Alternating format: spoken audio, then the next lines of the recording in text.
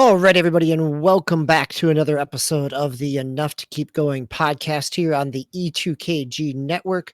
This is the 181st episode of this iteration of Enough to Keep Going.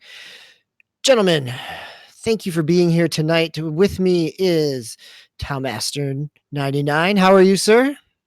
I'm doing well, thank you. Just coming off doing some work real quick. Well, thanks for hopping right in. It is appreciate your dedication. So, and speaking of dedicated, the man running the boards each and every almost day in some capacity or another, Agasically Stamus. How are you, sir? Bits are heavy. This is true. This is why you're coordinating your hat and your shirt. It keeps it in symmetry. So we have Marvel versus DC tonight. I got all Superman on tonight. Oh, look at that. There you go. Excellent. I'm glad that I am separated between the two of you. So your Image Comics, I guess. I was going to say I was Amalgam Comics from the not so classic 90s crossover of DC and Marvel. So my Spider Boy here will keep on going with this episode. So this is the Game Experience Show for the second half of February. This is the week of February 21st through the 27th. We are here to talk about our PickZ PlayZ assignments, the assignments that we give each other as we are grown-ups who game, and as we keep our children on task for their homework assignments, we make sure that we keep ourselves on task as well. But in addition to giving us something maybe out of our comfort zone, something related to the news of the week, this is our chance to run down and talk about and give a little bit of analysis on what we've been playing and whether or not we think you should be too. And in those off weeks, the Game Experience Show comes at you every other week. And on the off weeks, we dive deep with our deep dive episode into gaming news and industry analysis of the previous week or two. And so that will be what will be coming your way next week as well. So thanks for joining us this week, and we hope you'll be back again to keep with us here on the E2KG network. So without further ado, let's jump right into the PickZ Play, not to the PickZ Plays, but to the new releases. Gentlemen, I was off a little bit this afternoon, which meant I got to come home and try the Outriders Demo, the new Square Enix People Can Fly developed game. I tried to download it on Xbox. The store for me was not cooperating very well. But Steam worked out great. Looking at Twitter, it looked like. So you came home early. That enabled you to play Outriders. So I'm jumping you a little bit early. Okay, please do. Go ahead. My question is why? Why? Because I wanted to be able to talk. Well, why in a realistic way is because I had time off that I needed to use or lose at work. And no, I'm sorry. I wasn't trying to punk you on the podcast. Well, I was asking you why did you take off from work? Why would you play? Like, why Outriders? Why would you take off for this? It's just a demo. It's not even timed. And not necessarily why take off for it. But yes, why play out? It's Square Enix. It's a multiplayer-ish thing. It's not in their wheelhouse. The last time this company tried something not in their wheelhouse, it didn't work out too well. Well, fair, but okay, so I'm going to consider this a People Can Fly game more than a Square Enix game, right? Like that Crystal Dynamics and Marvel's Avengers was definitely there was a Crystal Dynamics game in there, and then there was a Square Enix pushed live service platform grafted on top of it, and we've talked about that before.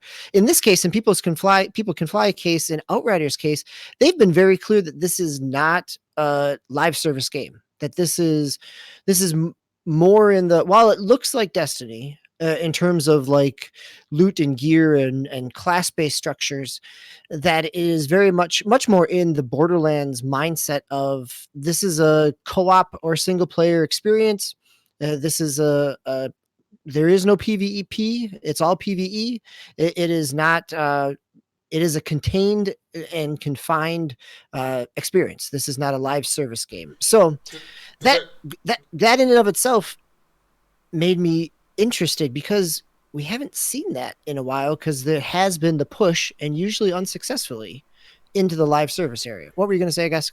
If you take away the DLC, then does it? And I know you're going to get into it, so I'll ask you this one question, then I'll leave you alone. Does that take away the DLC of Rage 2?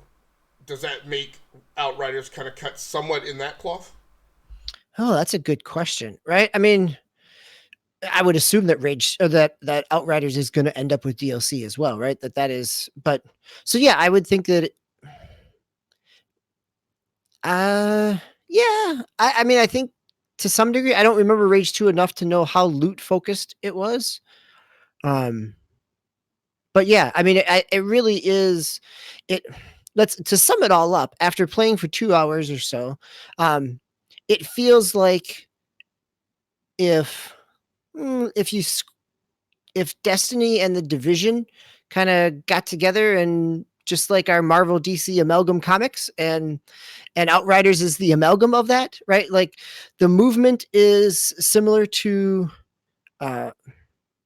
it's similar to the Division in terms of there is no jump button. You are running and mantling. You are moving behind cover, but the class-based structure means that it's not so much a cover-based shooter, that it actually, and somebody else, Paul Tassi over at Forbes, talked a little bit about this today, and I think he's right. Like, as we'll talk later in the show, I've been playing a lot of Mass Effect, both for the assignment and because, and it feels a little bit more like that. Like, yes, cover is part of it, but because you have special abilities, a lot of times, at least early on, I was using cover to charge up, to wait for my special abilities to recharge, to then to be able to move into a situation or to flank somebody and use those special abilities. And so that's where, but the gear-based system, the kind of sci-fi fantasy look of the armor, the weapons are pretty much weapons, because this is, at least early on in the game, you're still pretty much a human-based type of near future. So yeah, I mean, I think part of it is that I was very curious, not knowing much about it. So much not knowing. So in the fact that because this was People Who Can Fly, I thought this was going to be a first person game, and it's not. It's a third person game. So when you say it's a cover shooter, is it a cover shooter in the way that Destiny 2 is a cover shooter, where you can put a physical object between you and the opposing forces, or is it a true cover shooter, like wall stick cover shooter, like a Gears of War, Rainbow Six? It's a wall stick type of shooter. Gotcha. It's a push a button to crouch behind a spot. It's push a button to snug up next, lean out to the side. Yeah, it is very much that. But it is. No, that's awesome. Obviously I love cover shooters, of course. Yeah, no, I'm really enjoying it. Right, it's 2 hours. I'm 2 hours in. I got through. There's a long prologue, and then I got through kind of the first 2 missions of the initial game. And the nice thing about this demo is, one, that it's persistent, right? Any gear you collect, any levels that you rank up, that character can then be imported into or just used within the full game when it comes out. So it is not it's not a cross-section demo type of thing. This is the early parts of the game. The 4 classes are not,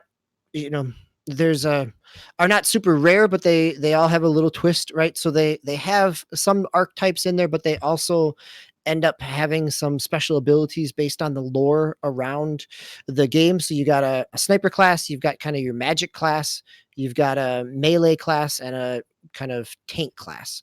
You're kind of, so I chose the melee kind of stealth, rogue type aspect of being able to come in, strike, get back out. But you still have special abilities. And the thing that I think, so the combat feels really good. There's a fluidness. Enemies are not nearly as bullet spongy as at least early in the game, or at least in this world tier. So similar to the Division, you get some world tiers, so you can start off relatively easy. As you as you level up, you can choose to move up world tiers. World Anthem also had world tiers where you would end up getting better gear the higher world tier you were at, but it would increase the enemy challenge and things like that. But it would increase your drop percentage as well.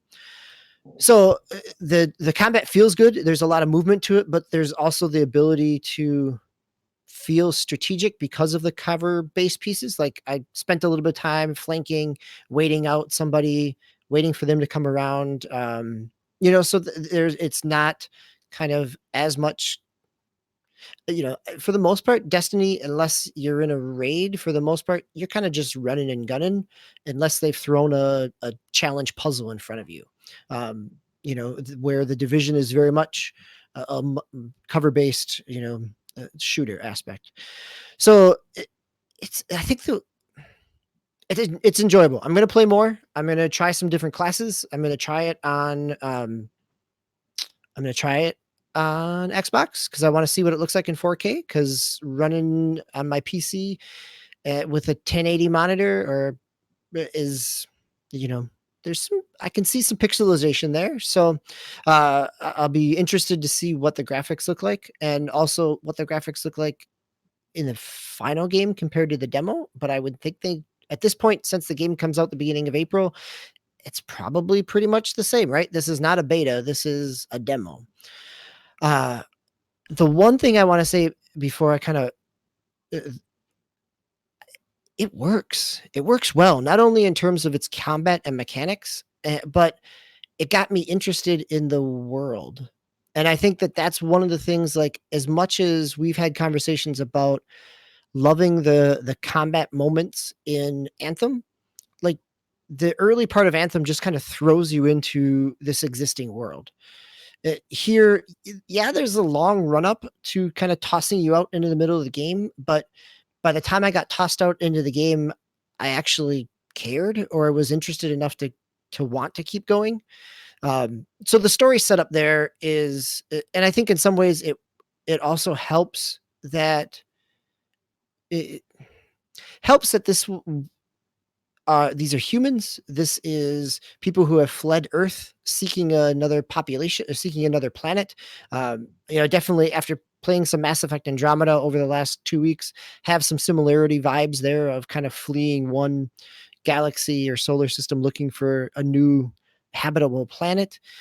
But in some ways, because it does that, it also gives you something to anchor your kind of understanding of the world in, where Anthem, for all its creativity, there wasn't a whole lot of investment that I felt that it gave you until you got further into the story, right? It just kind of drops you in, like, the story so far, here you go. But it's also much darker. I mean, it is, in some ways, it is the underside of humanity, right? Like, given our history as Earth, that there are plenty of times when we have chosen to fight each other rather than collaborate to try to solve a problem. And throwing the last remnants of humanity on a savage planet, you know, the good sci-fi aspects of that, in terms of the positive nature of humanity, don't necessarily show through at this point in the game. So that's kind of its setup, and I'll be curious to see kind of how the community reacts to it, and what people think of it. Well, thank goodness they don't have next generation consoles to launch on that planet. That would pretty much do away with any of the unity and collaboration. There you go. Nice. Nice. So speaking of avoiding the next gen console wars, Agascles, you've been playing Hitman 3, but not on any of the new consoles that you own. You've been playing it on the Google platform. Yes, but I have a host of additional questions about Outriders. So much for my smooth segue. Let's go back to Outriders. I'm glad to talk about it. I just don't want to monopolize. So. And I know it's early stages. I don't have that much to talk about Hitman 3 because I've talked about it, I think, the last 2 GX shows.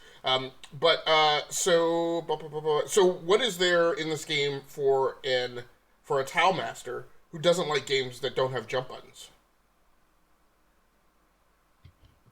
I would say that the shooting feels good because it's people can fly, right? That there is their history of shooters have a good feel to them. There's a quickness in the action that the bullets, the gunplay doesn't feel kind of slow or methodical. That there's, I mean, you could if you had a sniper rifle, but there's a lot of fluidity. So for somebody who is spending a lot of time running around and moving within a battle royale game, that there's a similarity of movement here that could be applicable.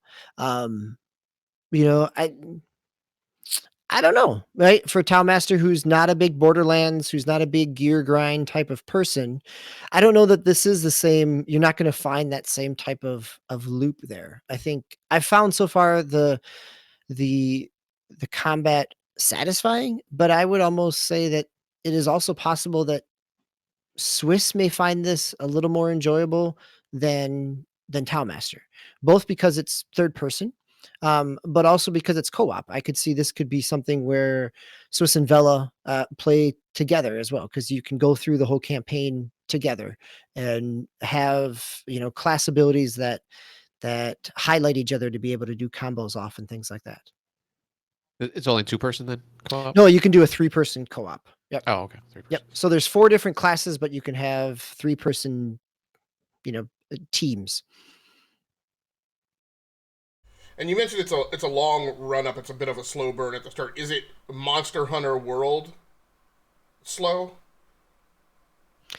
No, because it is not in the menus. It is not super. I mean, it feels like the pre-title card of a sci-fi action movie is what it feels like, right? You get a little bit of text scroll to set the stage. You get a good amount of action with a little bit of, classic run this way, activate this beacon, align your weapons, and then you're kind of tossed in.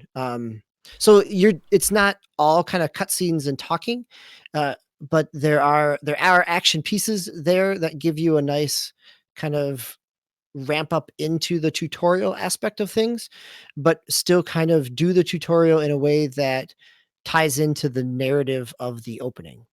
So it sounds a little bit like a Halo opening.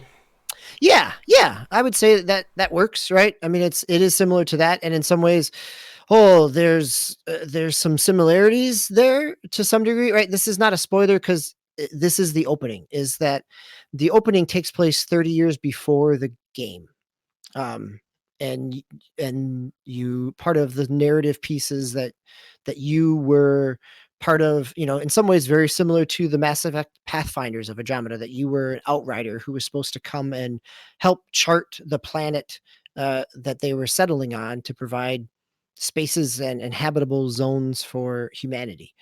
And you're one of the few left after the 30-year mark because you've been in a cryostasis.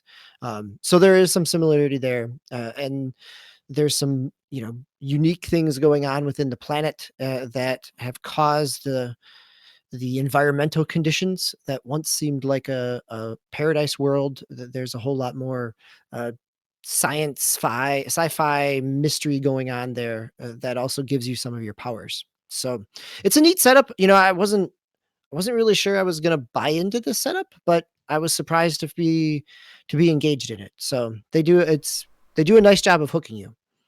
And when does that come out? Is that a May launch? It's a beginning of April. So okay.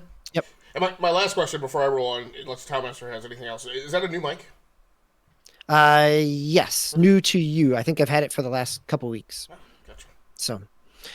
So yes, you talked about Hitman last week as well, I remember. But is there anything new here to talk about? The new thing here is I actually completed a mission. So I, a little bit of maybe potentially an end to the kind of putzing around that I had been doing. So in it, I guess I've kind of hit that breakwater where I felt like I finally was kind of like understanding the shtick. I think the thing that's problematic to me most of all with Hitman is the approach path, right? In terms of there are some really neat ways to, I hate to say it, but to off somebody, right? But what you get whenever you first come onto the level is you get your silenced pistol. And it just seems like the situations and the scenarios of the level unfolds such that more often than not, that is like your one way to really wind up taking the person out. Or just, I hate to say it too, but because it sounds like, it's like, or the more typical ways to assassinate someone that you see like in the movies or whatever.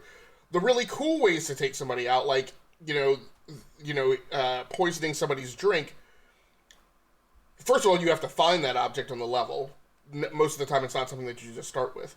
But then, when you do it, the entire time you're doing it, what's going through your head, and what goes through your head thereafter is, I don't really know that this person's going to drink this drink. Like, I don't know that their, like, walking pattern that their AI is programmed with, like, I don't know that somebody else isn't going to drink that, right? So it's... Right, it's the Rube Goldbergness of Hitman, like, which is kind of the ability to make your own fun there. But you're right, like it's not a critical path, that's for sure.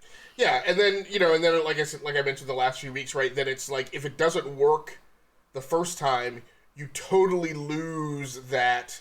Is this a Marcone kind of like Heat film with Al Pacino in it? It just when you fail, you fail clumsy. Like there is no graceful failure. Right, if you fail clumsy, and it just feels bad. And reloading a level to like the save point that you made after you had killed the first person just doesn't give you that same feeling of aplomb, when you come off the level. So, like I said, I completed the first mission in the Spire. I happened to catch the first target alone with a bodyguard, and was able to take the bodyguard and him out with a silenced pistol. I mean, they saw me. There were a few witnesses, but I was able to just run far enough on the level that I wasn't recognized. It actually unfolded pretty neatly because I think I wound up out like on an outer terrace, and then the guards there who unknowingly were being pulled to go look for me cleared off the terrace. That allowed me to scale a vertical ladder up to the next level, take out 2 guards, kill the guy's helicopter pilot. Then I was able to put on the aviator outfit as my disguise. Then I went in and took out a Royal Palace guard. I overheard a conversation, that gave me the combination to a safe, went to the safe, removed the key cards to the penthouse, rolled up to the penthouse. The first time, I had to play that section twice. The very first time, I overheard the combination but didn't know where the security room was. And so I just went down to the end of the hallway. When I was down at the end of the hallway, I saw a senior level person, somebody of repute. I didn't know who the person was, but saw them walking with an escort. They went into the penthouse door, and I just walked in just tailgated right behind them, and then went up to the penthouse.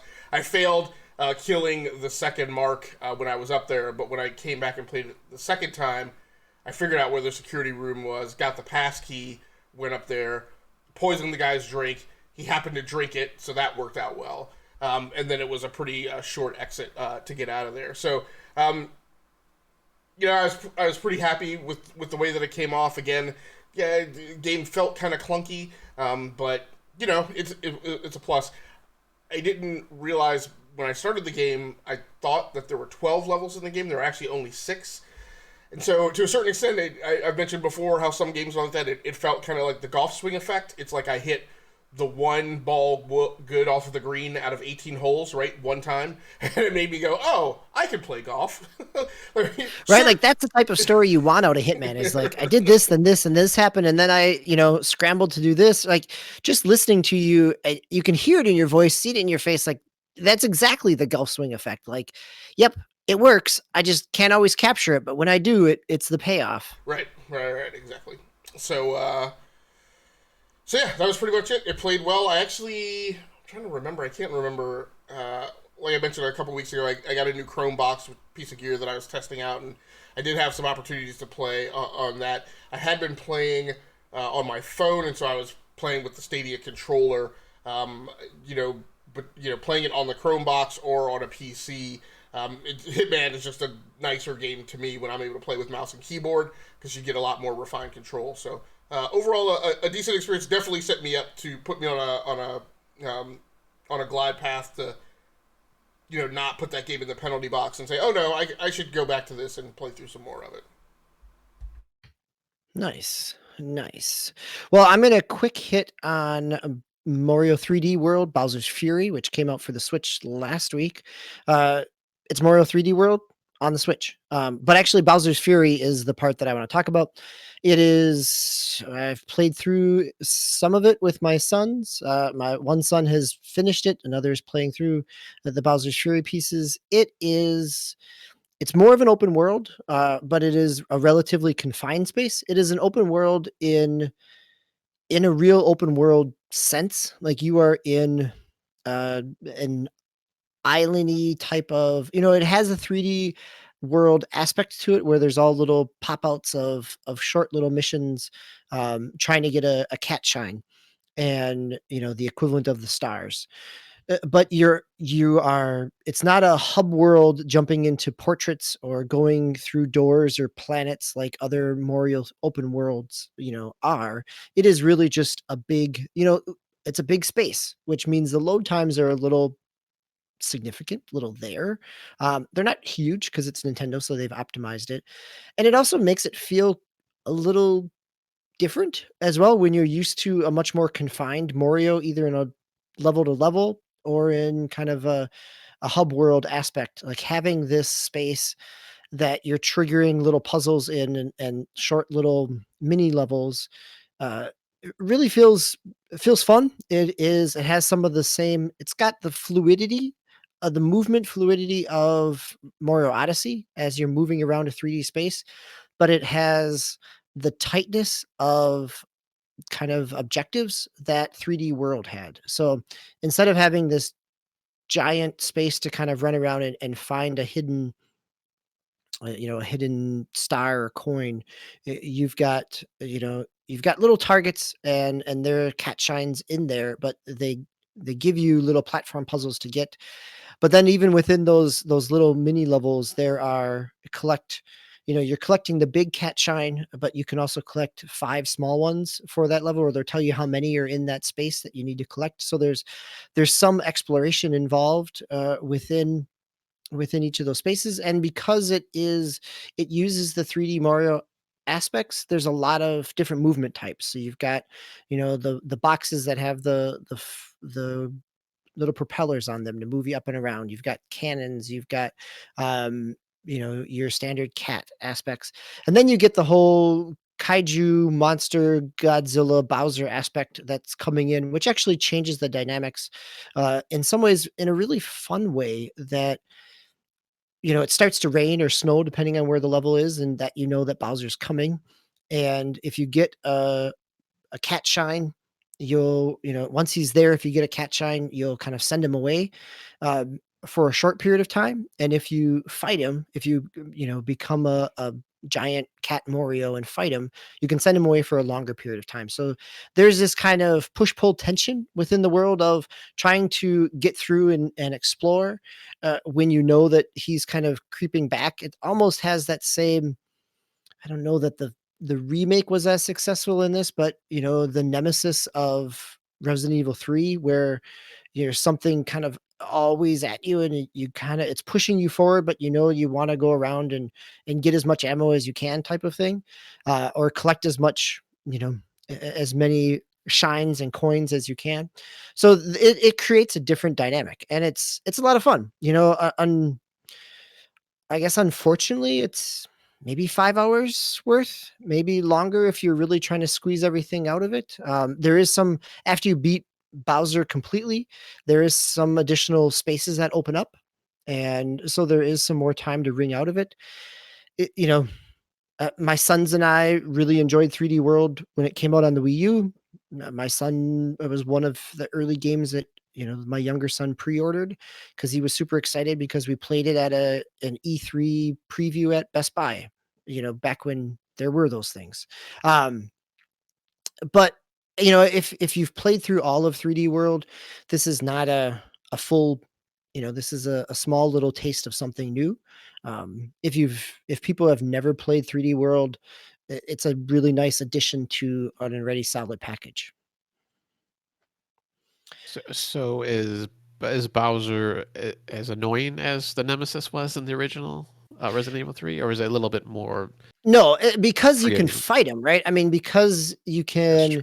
can. There's clear ways to get rid of him. I mean, I think it has that tension, but it does not have that same frustration. So when you're in a level and Bowser shows up, if you already know where you're going to get the cat shine, you kind of keep going there, but it kind of accelerates your pace. Or it is a push pull of, well, he's still kind of further away. Can I keep going, or is he going to get right on top of me? So it's not as annoying like that. It does.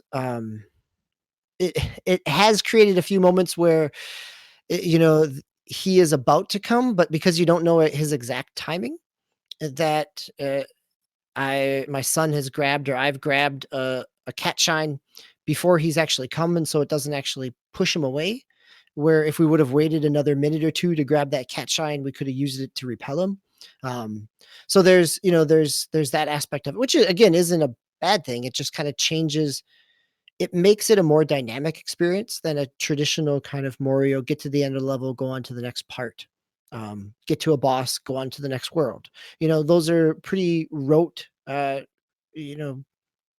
mechanics within a Mario game at this point. Not necessarily that they're done poorly. It's just that's kind of the standard. And so this changes up that dynamic. All right. Well, Tao, since you have not had a chance to talk, let's go to our PickZ PlayZ here.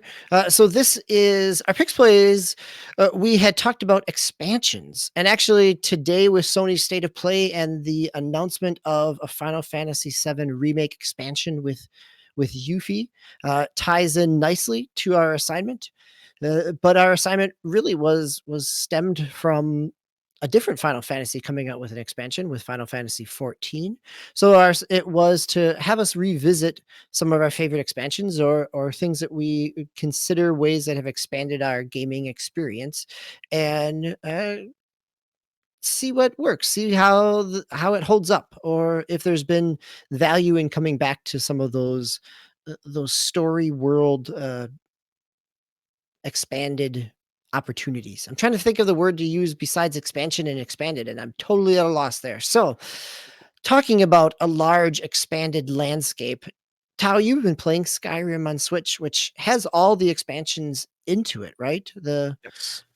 So, and you've been playing Skyrim in a variety of capacities over the years. Can you dive right into the expansions, or do you have to unlock them at a certain point in the game? So there's three major ones that they released. Dawn Guard, which is the first one, and that was it expanded the vampire werewolf storyline within the game. That one, you could pretty much dive into. I think you had to be at least level 10 actually for that one. And then there was Hearthfire, which was just the building homeowner expansion where you can either buy a house or actually build one on certain plots of land throughout the world. Kind of the precursor of Fallout. I think 3? Well, I don't know if it was in 3, 4. I think for sure, and 76 further in the future. So it was kind of the seed for that kind of building aspect, I guess, because you can kind of build in here. You just had to get like all the pieces, like all the wood or whatever you wanted to make it out of, and it would just kind of erect it like on its own. You didn't actually get to place anything in Skyrim, so that's why it was kind of bare bones. But then you can add like different rooms and just kind of decorate it and stuff. So I played with a little bit with that originally, but mostly what I wanted to play this for was for Dragonborn, which was the final kind of, I think, biggest piece of DLC or expansion that was it really kind of released for expands the Skyrim. story, right? Yeah, so it has to deal with the original Dragonborn and what he was about, and you may or may not go against him within the end of the storyline for that one. But yeah, you get transported to. So those first two, like the Hearthfire, that was just like expansions within the game. Dawn Guard gave you a little bit of an expansion of the map, not really too much. It was more of like just an area where you couldn't go to originally, and then they kind of open it up for you. But then Dragonborn gives you like a whole island that you get to go to, and it's fairly substantial size. So it's a pretty decent size island. And this one I never finished this one back originally on the Xbox 360 or on anything else that I bought it on. So I wanted to kind of go back and start it at least. So I have started it, and just because it's Skyrim, I couldn't hold my attention to one thing. So I'm always just kind of like bouncing around, going out of that island and going back to the main quest line. Because on the Switch, I never finished the main quest line. And you don't have to get into the Dragonborn in the first place. You have to get to like a certain quest. So I didn't get to play as much as the Dragonborn as I would like. Mostly because I was trying to familiarize myself with just kind of the controls and stuff again, and just man, I really miss this type of game where you can just kind of get lost in the world. And there's other games kind of like this, like you got The Witcher 3, and as far as like fantasy type games, you have Dragon Age. But I don't know, there's just something about the Elder Scrolls games though that I've always like. I don't know, I just kind of it was more my type of game than those three, even though those two, even though I did enjoy those games too. But it's probably you can switch from third and first person, which is actually kind of nice too. And I know those two are for as far as I know, they're both third person for Witcher and Dragon Age. I don't think you can switch. So it's kind of nice to go in that first person mode when you're actually fighting somebody, which I kind of like better. I think I've mentioned that many times, that third person kind of messes with me a little bit during fights. And here, you can do some range stuff like bows and arrows, and I think there's I think Dragonborn introduces the crossbow as one of the weapons you can get. Excuse me, and then obviously you get the magic attacks that those are range attacks. So it's just a little easier for me to go into that first person mode. So, but yeah, so I'm gonna keep going on with this just because I didn't get to finish Dragonborn once again. So I want to go through the whole main quest line and finish it this time, and just kind of see how that pans out. And Solstheim, I guess that's how you say that, the island that you go to. It's fairly large. Like I mentioned earlier, it's a fairly big piece of land, and so you can get lost in even just that little island, for a few hours or so. So there's a bunch of quest lines, main quest lines, and then obviously there's like the side quests that you can do like a million of. I think those never end technically. They just kind of keep going, procedurally generated. So it's definitely, I'm hoping I shouldn't say if, but when Starfield finally comes out, that they kind of keep on this mold, just because I'd like to Fallout a little bit here and there. Like 3, I wasn't really too into before. I actually got into it, and even 76, I was starting to get into when I was playing it. But for some reason, the fantasy kind of theme kind of does it for me a little bit more on the Elder Scrolls side, and I'm hoping they kind of mold that too within Starfield with their sci-fi, which I'm assuming is some kind of sci-fi story. So hopefully we'll get into that in the future. But yeah, definitely have fun with Skyrim once again. And like I said, I just got lost in the world once again, and just kind of there's a squirrel over here like an up, and I got to go chase it. So I got to go do those type of missions and stuff like that. So, but yep, I've had fun.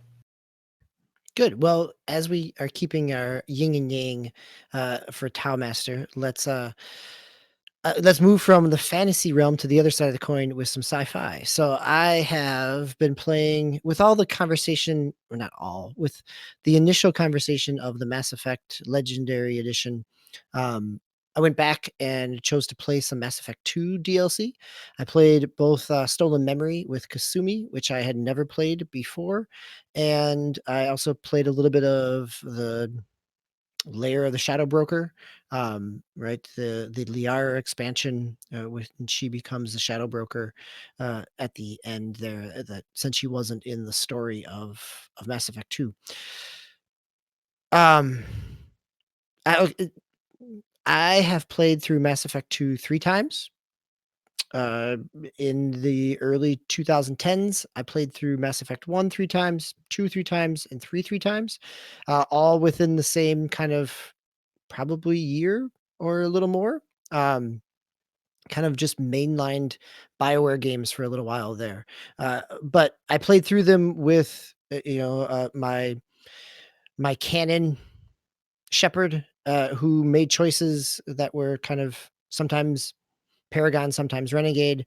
I played through with a very Renegade shepherd who was xenophobic and only out for humanity's interest, and I also played through a complete Paragon. So I've done a lot in Mass Effect 2, which meant going back and firing that up. There's a lot of muscle memory in terms of the layouts of some of the different levels and story beats to get you even to the parts where the expansions come. You can get to those expansions pretty early in the game. The layer of the Shadow Broker one is really, some of the narrative there assumes that you've kind of finished the main story, because originally it came out after the game. And after all the other, after the Kasumi piece, because Kasumi really just becomes there's a mission. It is probably only about 90 minutes to 2 hours, and then you have an additional character. It's kind of fun. It's a little different, but it feels really small and compact compared to what the layer of the Shadow Broker is, where there's a lot more there. They still hold up for a 2010 game. The combat still works feels pretty good. You feel the clunkiness of these games though a little bit in terms of the dialogue systems and the limitations that were there. And playing it on an Xbox One X on a 4K TV, it makes me appreciate that we're getting a 4K pass on these games, because really enjoying it. But I also think that I'm probably going to wait to come back to it when we get the Legendary Edition in order to see them in a little more HD glory as well. But they definitely hold up. I think the fun part about the Mass Effect expansions have been that they've usually contributed to the larger context of the universe. You get some bits and pieces that tie into more lore, and so that's always been something that I've enjoyed.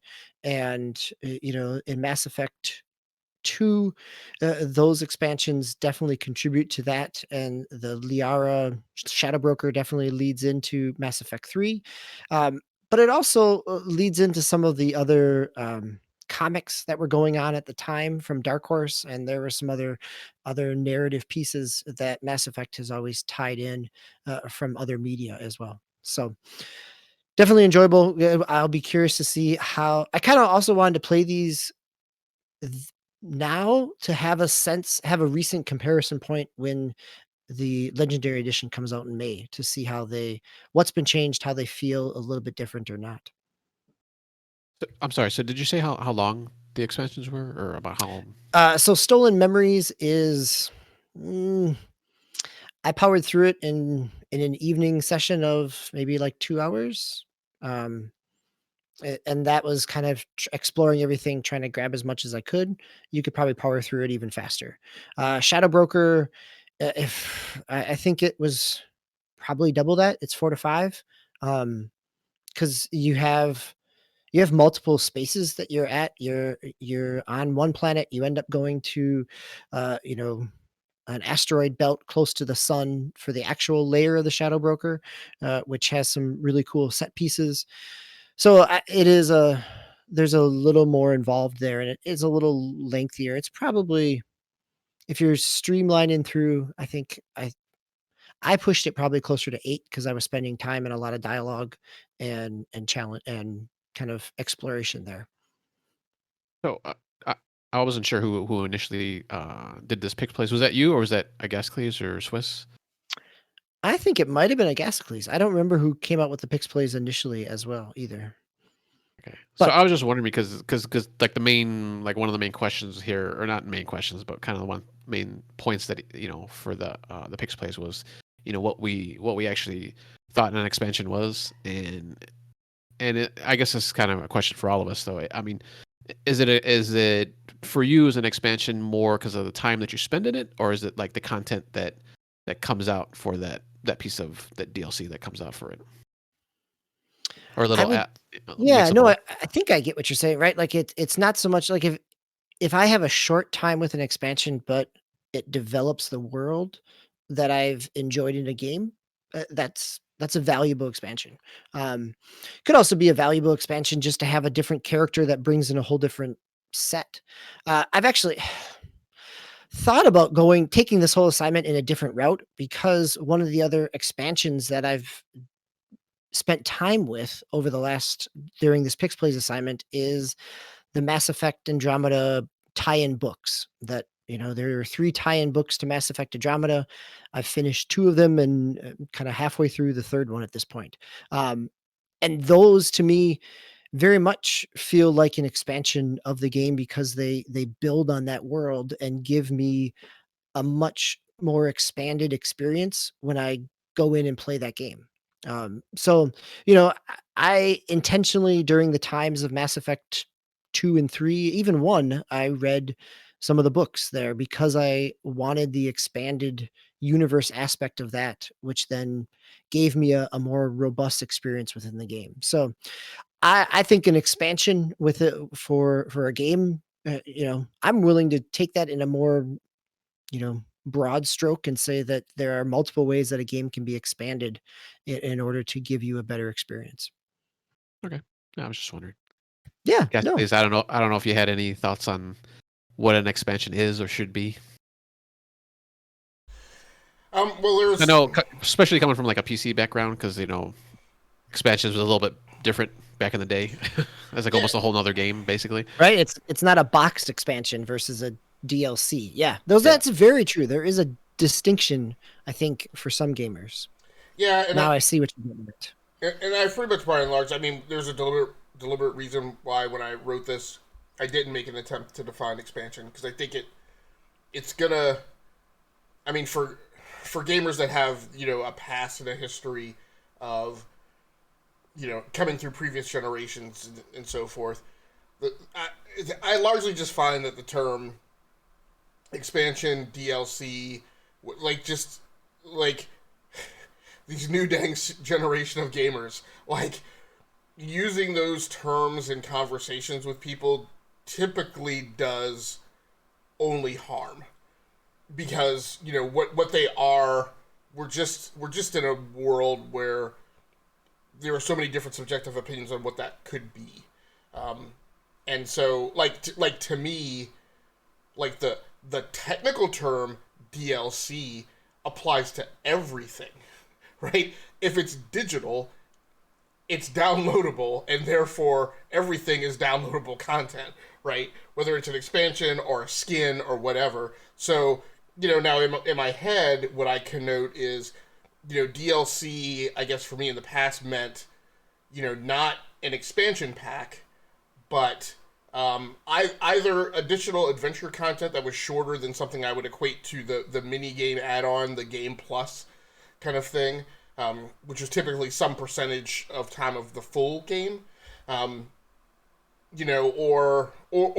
anything, like I said, that's a cosmetic, right, is DLC.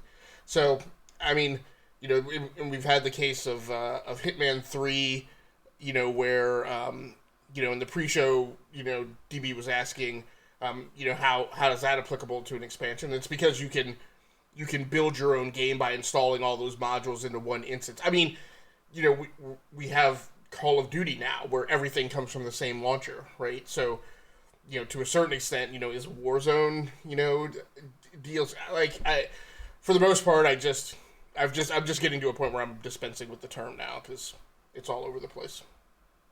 Sorry. Oh no, that's what I was going for. Not as bad as say like betas and demos though, but that's for another day. Well, those So I guess those I feel are screwed open up. a can of worms. I won't go into it. Those I feel are screwed up too, right? Because that's what I'm talking about. Yeah. To me, that's almost. I think it's a mixture in both events, where it's both gamers who are convoluting it and the industry who's convoluting it. But I feel like the whole expansion DLC expansion pack thing has been mostly convoluted by us, by gamers. Whereas I feel like the whole early access beta preview, that's on the industry. I didn't cause that, right? They did, so. So Gasticles, go ahead and let's stay on the mic here. Let's move off of our PickZ PlayZ and into the rest of our round robin. So you did pick up a game that does have some DLC to it, but you're playing through the main campaign here of Fire Emblem Three Houses. How did this come up in your rotation, or what pulled you into this game? Yeah, and so I didn't pick it up. If you recall, I actually bought this game at launch when it showed up on the Switch. Is it a 2000? It's 2018 release, I believe.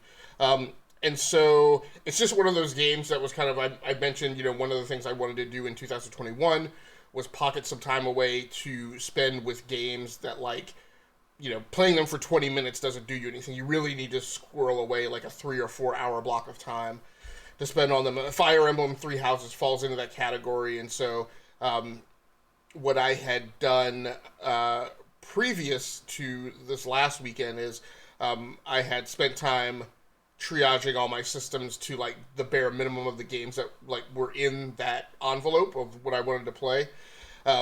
Of course, I've since reversed that, but that's a topic for another day. But so Fire Emblem Three Houses was at the time one of only like 4 or 5 games that I had installed on my Nintendo Switch, and so it just came up in my rotation of that smaller envelope of games that I wanted to be able to reach for. So I popped it in and back I went. And this is one of the reasons why I want to spend some dedicated time playing that, because the game's pretty confusing if you've laid off of it for several months. You're like, what is the story?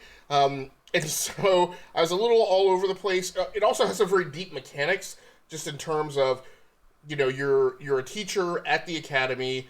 Early in the game, you pick which of the 3 houses you want to associate with, and then you largely... and then you have a set of activities that you participate in when you're back at the academy. In some ways, it's a little like Anthem, just in terms of there's a set kind of amount of activities that you do when you're back at Tarsus.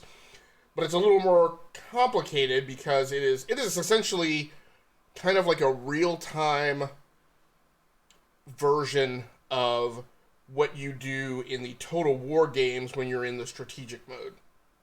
So in the Total War games, since Total War Rome, at least, maybe since before then, Total War Rome was the first one that I was exposed to.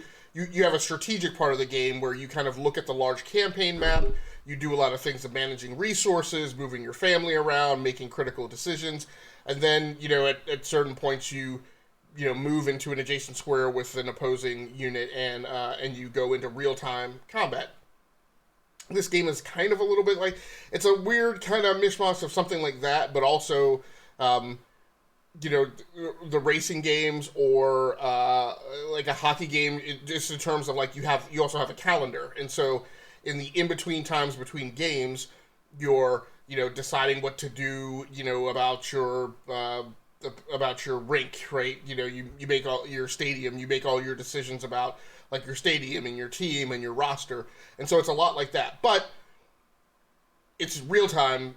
In that all those things devolve into kind of run and fetch missions and quests and things like that. You can go to stores, you can buy equipment. The one thing that I had forgotten how to do, because I forgot how all this works, is I forgot to manage my army, which was kind of a key thing. And so I guess the way it really unfolds, it probably drives you, depending on what kind of personality you are, it probably drives you to have kind of a little post-it note of like the recurring do loop of tasks that you do when you're back at the academy. And then you have an amount of time and amount of essentially resource points to expend on doing things. And once those are depleted, if I remembered correctly, you basically just need to go back into the calendar view and advance the calendar, right, to the next day. And so I spent a lot of time kind of remembering all this muscle memory, advanced the calendar, made some relationships. You always have to kind of cultivate relationships with your students, show them support. They gain skills, they take tests, they pop to the next level of a thing, whatever. So, so I engaged in that. I engaged in a bunch of quests, kind of, like I said, running and fetching and taking things back and forth to people. I spent some time cultivating crops and then planting new crops and then watering crops with, like, magic water, and then that had a bigger harvest payoff and yada, yada, yada. So, again, just kind of slowly eking my way back to an understanding of what all these mechanics were. And then at about the point where I pretty much wrapped up my last play session, before I kind of put it back in the backlog, I I had gotten to the point on the calendar where I was going to go into combat. Like I said, I had forgotten to manage like all my armies and stuff, so that was an issue. And then I just kind of refamiliarized myself with the way that combat works. I could be mistaken. I need to go back to those episodes 2 years ago and listen to our discussion. But I think, unless I missed it, I think this is also a game that is parent unfriendly. And so I don't think that once you're in combat, I don't think it allows you to mid-combat save. So once you're in combat, it's kind of like you play the whole thing. And I want to say, I think I'm right about this because I seem to remember a couple years ago when I was playing it, when I would get engaged in a fight, basically just having to pause the game and walk away from it and go do a thing. And we all grew up in those days where, we learned to be incredibly nervous about doing something like that because you just expect to come back to your console and expect it to have crashed and you have lost whatever progress you've made. So I didn't see... and I'm thinking you got to turn off your TV because you don't want to burn in the image. You have to do that too, right? So you leave it on pause, you turn the TV off, and then you walk away from it. So very unsettling, and in the same vein as kind of a Destiny 2. But I had a good time with it. It's another kind of thing that's cut in this mold of real-time strategy, turn-based strategy games, etc. These type of games like a Civilization that I want to, squirrel some time away with to spend some longer hours with throughout the year. Nice. I mean, I think you wrapped it up in a way that reminds me of why this would hook you. And the way you described it were all the things that I wouldn't think would hook you, right? The relationship piece, the crafting, the crap management, the resource pieces. But then when you get into from somebody who really enjoys the combat and the strategy in Fire Emblem, and sometimes the social stuff too, I get that. I haven't spent enough time with Three Houses, but I'm glad to hear that even the parts that may not be necessarily in your immediate wheelhouse feel connected enough and engaging enough to give you a reason that you want to keep coming back to it. Well, if you remember a few years ago, this was one of like the surprise things that kind of grabbed me that we expected me to just like, the difference to me is it is similar in some ways to the way that I talk about JRPGs, which we all know that I bounce off of. The difference to me is that there are tangible benefits to that cultivation of those things when you're back at the academy, and there are tangible payoffs to those things once you go into combat. So it's all about, in that way, it's less like an RPG, and again, more like a Madden, right? It's more like an MLB. It's you go back to base, you go back to headquarters, you do a bunch of stuff, and then the next time you go into a fight, you expect to be better, right, at a certain thing. And so, yeah, I mean, it, and in similar fashion to, when we talked about this a couple of years ago, I fall down the well of all that cultivation, and much like a game of Madden where I've mentioned before, I play the game simply so that I can get to the off season, so that I can manage the team and build a new roster and create this story in my head of like, how I promoted the third string quarterback to my starter and then went on that season, right? And that's kind of what has been most interesting for me. I mean, the combat and the tactics are great too. Same thing. I've have fallen in love with Fire Emblem. When it's more of kind of a pure JRPG, even. Because it does that turn-based combat in a way that is very it's very squad-based tactics oriented, right? Kind of more like a Final Fantasy Tactics and an Advanced Wars and things like that. So, good time. Yep. Nice. So yes, I did forget that you had spent some time with it a couple years ago. So thanks. Glad to hear it. So from one game that we haven't heard from in a while to another, Tao, you have gone back to Apex Legends. So what brought you back there, or what pushed you away from your other rotation? Well, we're gonna start the story with Call of Duty. Let's start the story with Call of Duty that doesn't open up on your machine. How about that? That's right. That was exactly. So 2 weeks ago, it started where I couldn't load into Call of Duty Cold War anymore for some reason, on my Series X at least. On my Xbox One X, I could. But Series X is where I usually mostly play my Xbox games now. So for whatever reason, it would load just to the initial splash screen, go dark, go into just a black screen, and then just kick me back out to the main Xbox menu. So I was like, okay.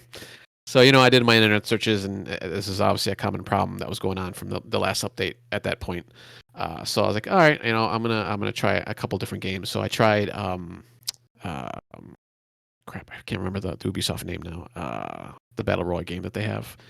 Oh yeah, can't either. Nope, I can picture Oh it. well, yeah, can't remember. That says something. Yeah. Anyways, yeah. Well, I mean, I started playing that a little bit, and then I was like, okay, I'm gonna try something else. So I jumped into Apex, and I was like, oh man, and I played it when it originally came out for like a month or two, and I kind of fell off of it. The controls I always thought were kind of weird and kind of like almost slippery to me, a little bit too loose. So I kind of fell off, and I came back to it, and I was like, you know what? Something just clicked with me. I don't know why now. It's all of a sudden. It does have that faster pace, kind of like a Call of Duty, so maybe that was why. And Call of Duty, I would say like just the regular multiplayer, like death matches and stuff. Not so much like Warzone or even Blackout back in when that one first came out. They were a little bit faster, but still kind of still a little bit slower than I kind of like. So I kind of like Apex just because it is that kind of faster gameplay. You can jump in there. I think there's only like 60 people at the most that jump into the map. And the map is fairly big, but you can traverse it fairly quickly. There's different like jump off points and stuff that you can use, and some of the characters have abilities that you can get around the world pretty quickly. So yeah, I jumped back into that, and I think it's their like season 8. I think just started, I believe.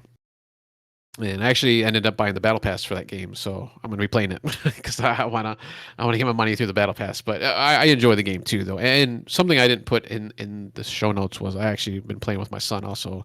I had told him that it was actually coming out on the Switch next month, I believe the 9th, I think it is. That's right. But Yeah.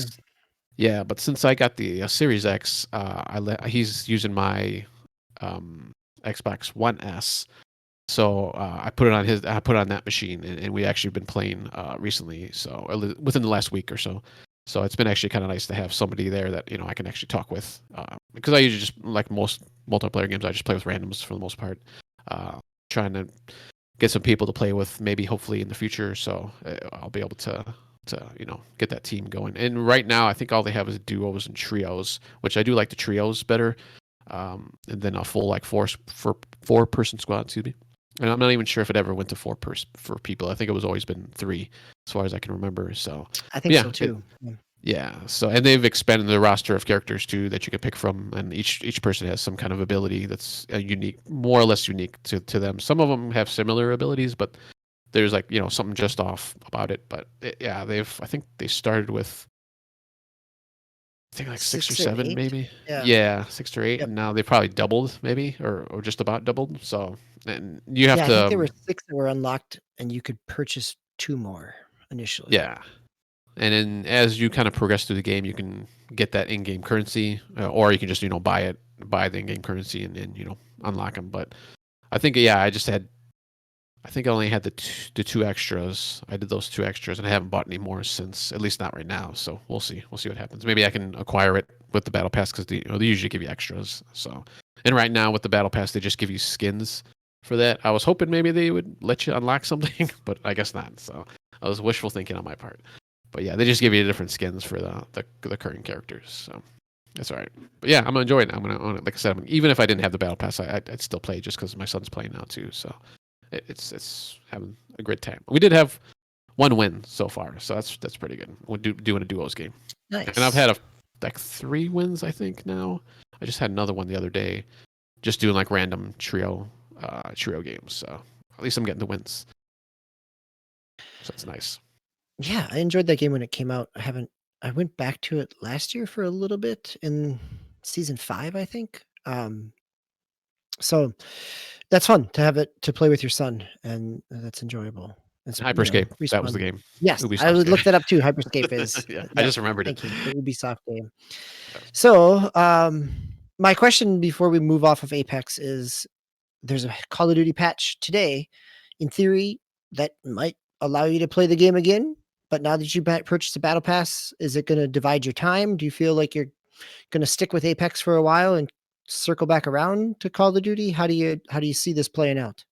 Yeah, actually, and I forgot to mention that I did update, and I can get back into it now. So I've actually got back in, and I actually bought that battle pass too, just because I had already acquired like I don't know, I think it was like 800 or 900 whatever they call it, their Call of Duty coins or Call of Duty points in their battle pass thing. And I just unlocked another 100 just through the free pass, so I just bought it. So I was like, I'll just buy it. What the heck? So I'll bounce back between the two. So I'm good. So in our previous discussion about expansions and DLC and how we've kind of smushed them all together and interchanged them in kind of weathered down the walls of their meaning. In some ways, the battle pass is the it's the easy supermarket checkout purchase of that, right? Like it's easy to drop. Yeah, right. Of a battle pass, right? I mean, it's not the full on expansion pack. Like I got to plump $30 or $20 down.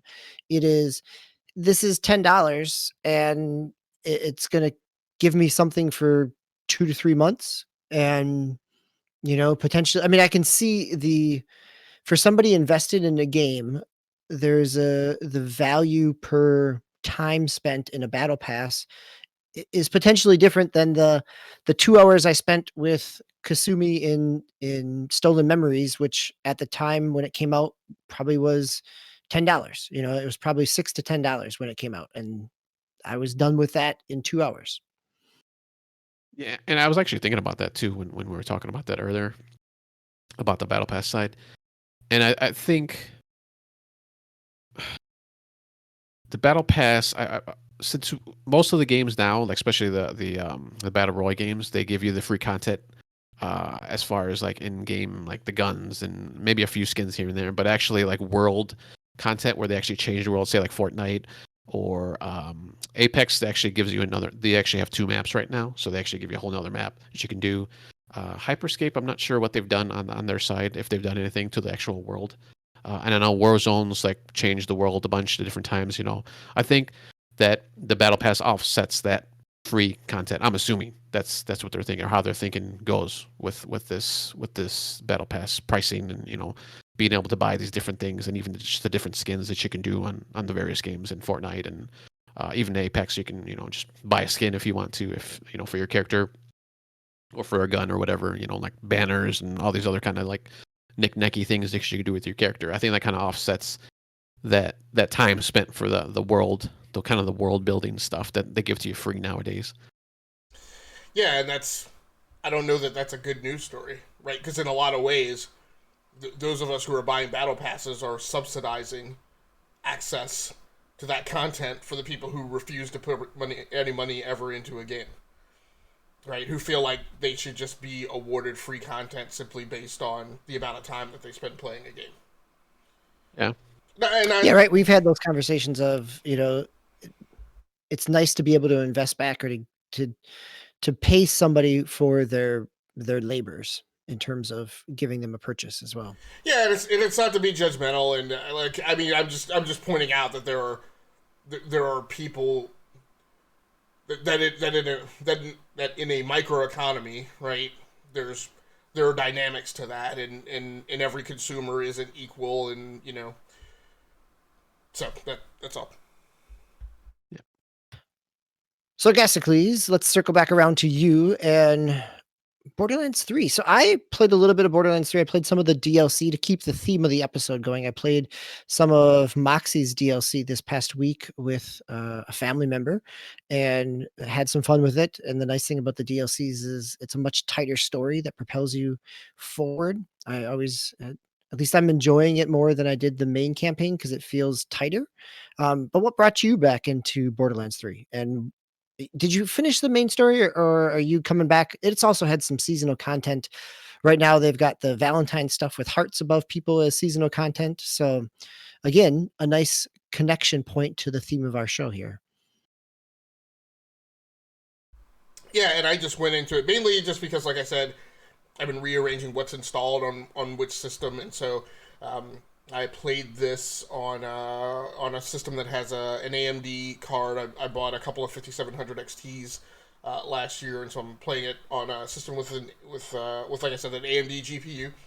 After many decades of playing and basically never having a system with an AMD GPU in it, other than like a gaming laptop or something. So these are my first desktop.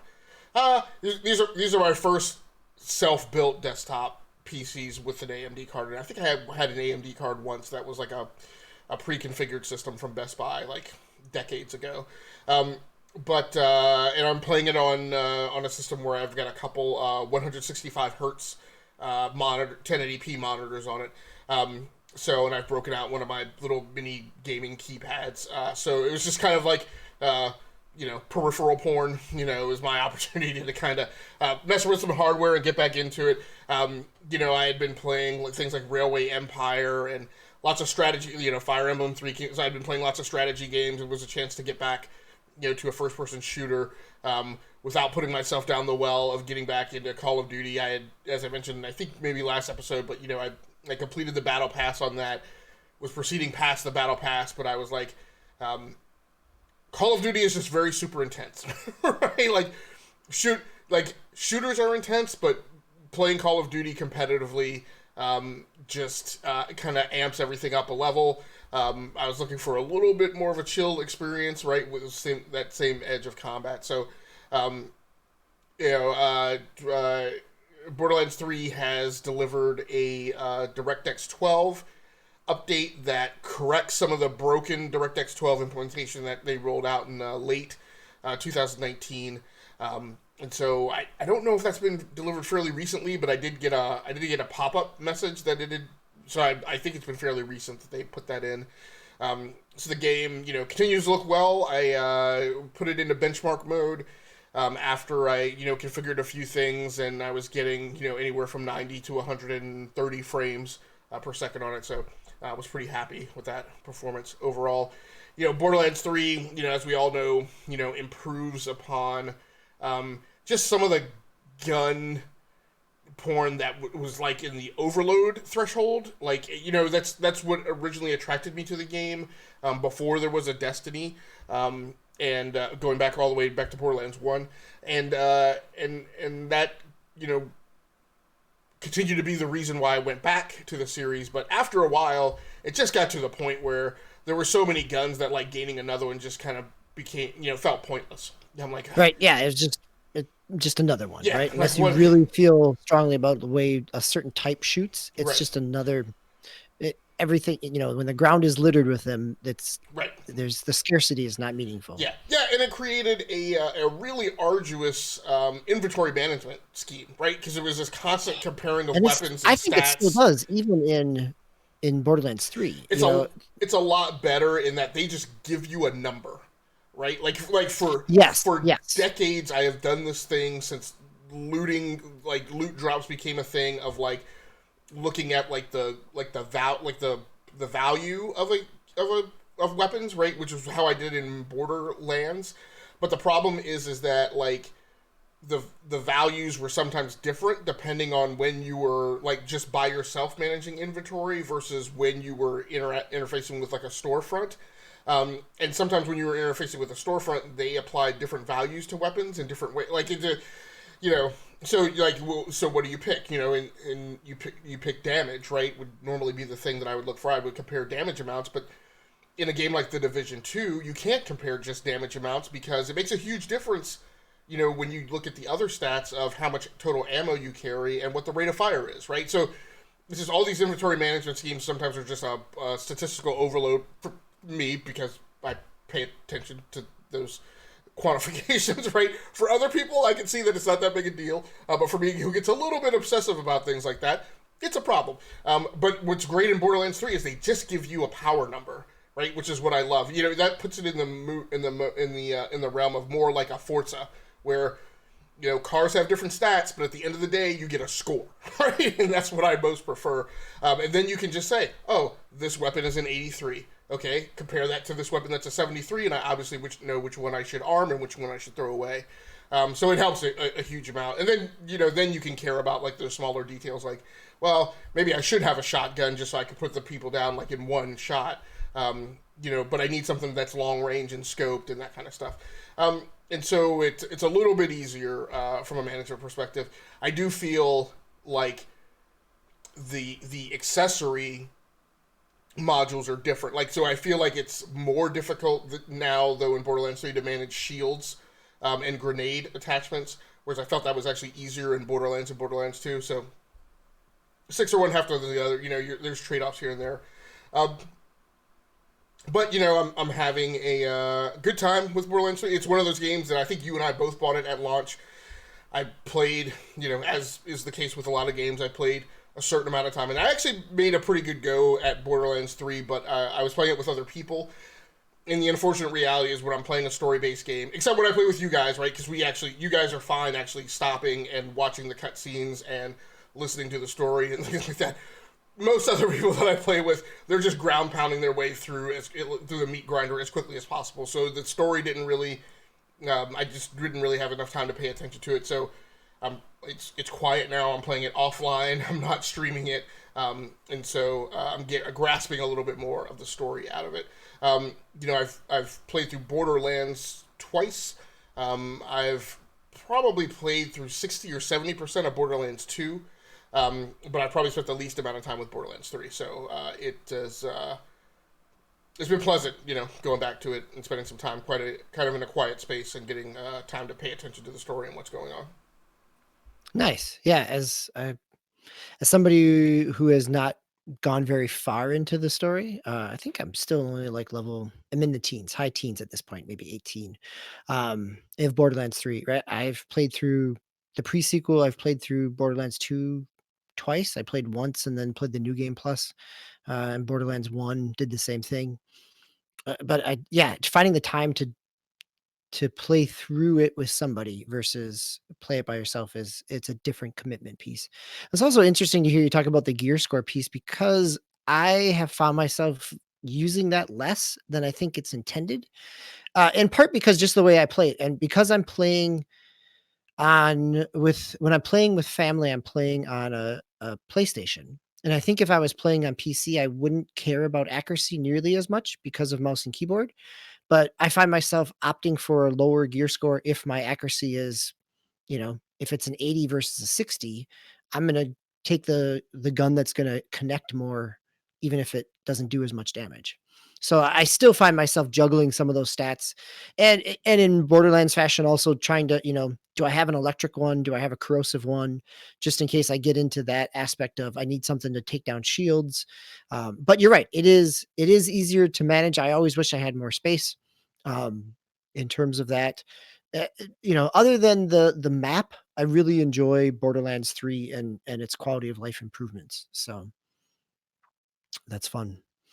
All right. Well, I think we are going to call that as our report out for the week. We've got our next PickZ Play. So next week, as mentioned at the top of the show, it is a deep dive. Today we had a Sony State of Play. We've got some other news from around the industry. Yesterday we got the official word that Anthem is no more. And I'm sure by the time that we get around to next week's show, we're going to have plenty of other news to talk about as well. So please make sure to come back and join us next week as we're talking through the variety of industry news and updates. But before we do that, actually, we've got our next assignment.